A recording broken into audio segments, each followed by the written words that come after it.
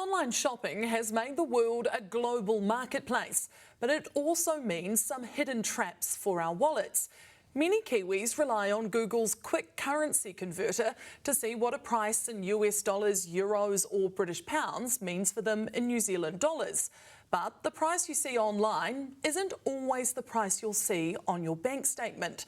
Joining me now to discuss the online shopping trap is Stuff Money editor Damien Venuto. You've been looking at online shopping prices. What have you found?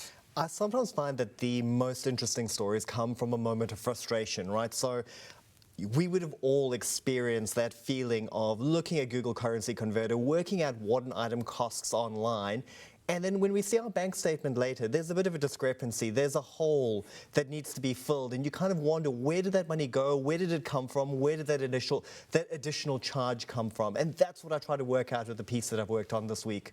And what exactly did you find was causing that discrepancy? So what you get from Google is what's called the mid-market rate. Now, the mid-market rate is your gold standard. It's the wholesale rate that you would see for currency conversion. What that doesn't tell you is what your bank is putting on top of it. So your bank will charge what's called a foreign exchange fee. That's placed on top of the amount that you pay. If you're buying a pair of socks, it's not going to be that much. You're looking at probably 1.3% to 2.5% that this charge will amount to.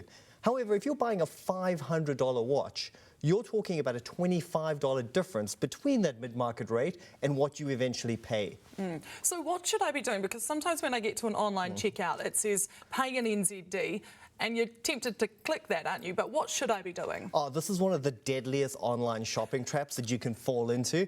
The moment you see that option to pay in New Zealand dollars, you should avoid it. And the reason for this is that it comes down to the marvel of dynamic currency conversion. And again, it's one of these beautiful terms, but what it means is that the power shifts from your bank charging that nominal fee of 1.3 to 2.5% to the retailer and their bank. And then they can set the margin that they do on top of their currency exchange.